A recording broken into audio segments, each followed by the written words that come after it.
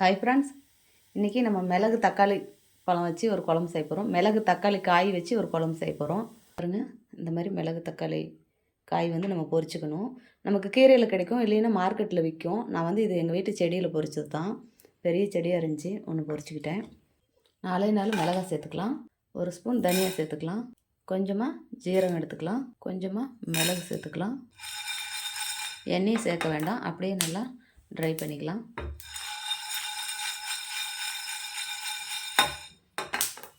பாருங்கள், நல்லா வெடிச்சு வருது.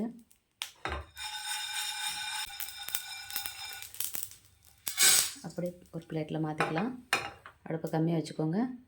பாருங்கள், பெரிய ஸ்பூனில் 1 ஸ்பூன் கடலைப்பருப்பு,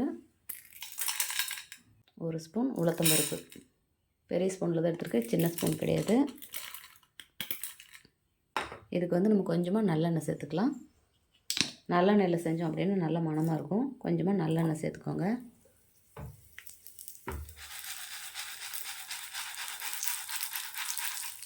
கொஞ்சம் அடுப்பு வேகமாக வச்சுக்கலாம்.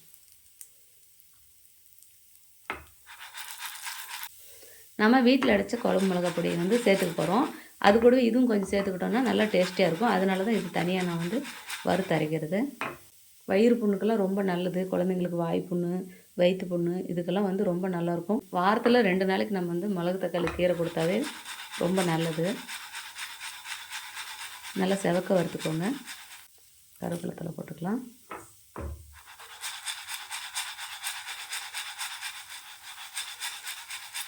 கொஞ்சமாக அடுப்பு வேகமாக வச்சுக்கலாம்.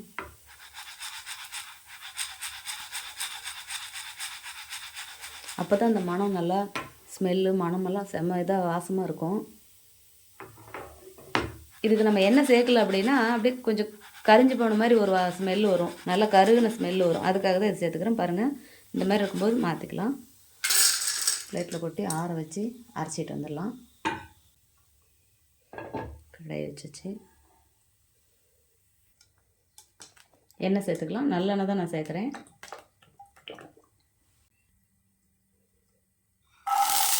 இந்த காய் போட்டு நல்லா வதக்கிக்கலாம்.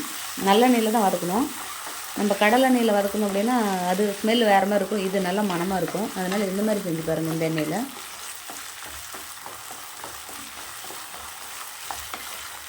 நல்லா வெடித்து வர வரைக்கும் நல்லா வதங்கட்டும்.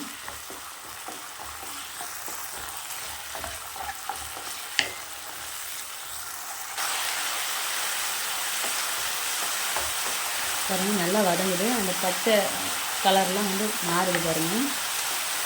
இதே மாதிரி நல்லா வதக்கி விடுங்க.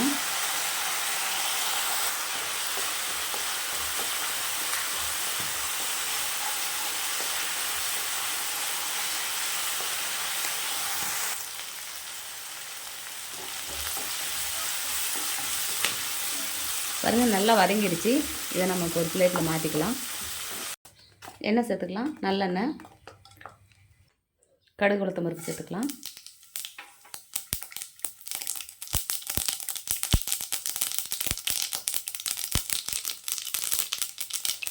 பாருங்கள், பூண்டு இந்த மாதிரி எடுத்து கட் பண்ணி வச்சுருக்கேன். பூண்டு சேர்த்துக்கலாம்.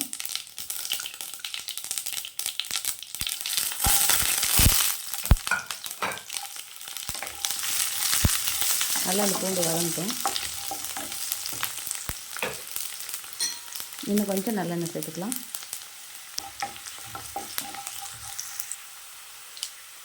வெந்தயம் சேர்த்துக்கலாம்.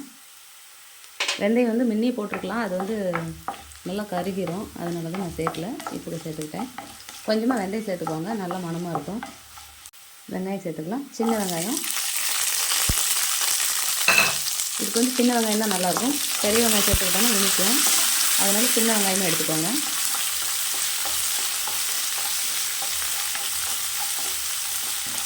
நல்லா இந்த வெங்காயம் வதங்கி வரட்டும். உப்பு சேர்த்துக்கலாம். பெரிய சைஸ் தக்காளி 1 எடுத்துக்கோங்க.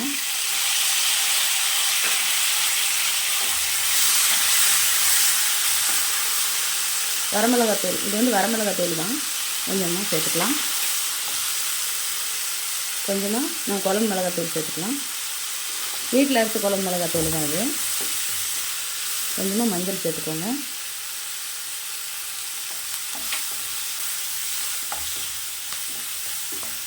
ஒரு பெரிய லெமன் சைஸ் புளி எடுத்துக்கோங்க. புளி கரைசல் சேர்த்துக்கலாம். கூடவே கொஞ்சம் தண்ணி சேர்த்துக்கோங்க.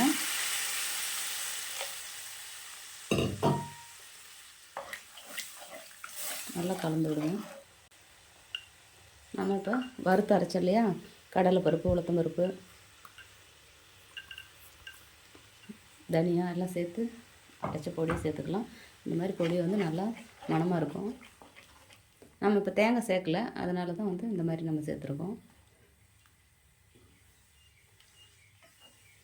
நல்லா கொதி வரட்டும்.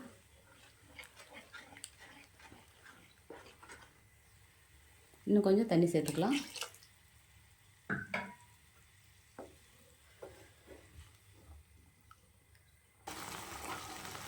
நல்லா கொதித்து வரும்போது காய் சேர்த்துக்கலாம். மிளகு தக்காளி காய்.